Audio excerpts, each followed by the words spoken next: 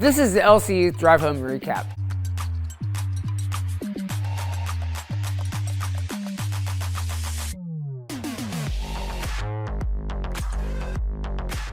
Tonight at LC Youth, we started a new series called Anarchy. And if you look at what's happening in our world, it's very apparent that a spirit of anarchy is pervading a lot of different parts of our culture.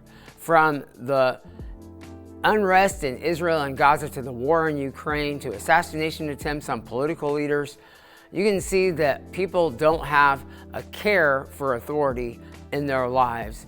But God's kingdom is different.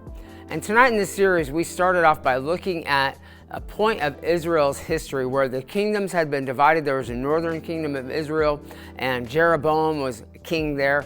In the southern kingdom of Israel, there had been a few different kings that were not leading the people to the Lord. But then we see in 1 Kings chapter 15, a different king comes to the throne. His name is King Asa.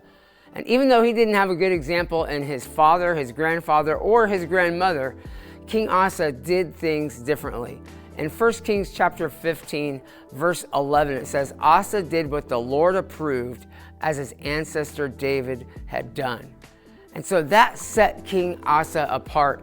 He followed the Lord and he led the people to follow the Lord. He tried to remove anything that would keep the people from getting their attention away from serving the Lord.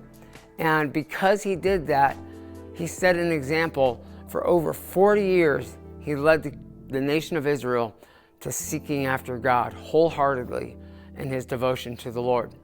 And a lot of times we could allow our culture, our world around us to try and determine who our king should be. We could allow the people close to us. You know, you think of how close you are to your grandmother, how close it would have been, how good it would have been if Asa had a godly woman in his life, a grandmother to lead him to the Lord, but instead she was leading people away from the Lord. But Asa didn't allow even the people close to him to determine who should be the true king in his heart. Instead, he followed the Lord. He said, I'm going to allow the Lord to be the king of my heart. That's a big idea in our lives. We have the world pulling us one way. We have people close to us maybe pulling us a different way. But we have to determine in our hearts that only Jesus is our king. And that's the big idea we came to tonight. Only Jesus is our king. And I would encourage you this week to take a look at what's influencing you, what might be leading you to the Lord or what might be leading you away from the Lord, and focus on the things that are leading you into a closer relationship with Jesus and allow his authority to be the rule for your life, because really only Jesus is our king.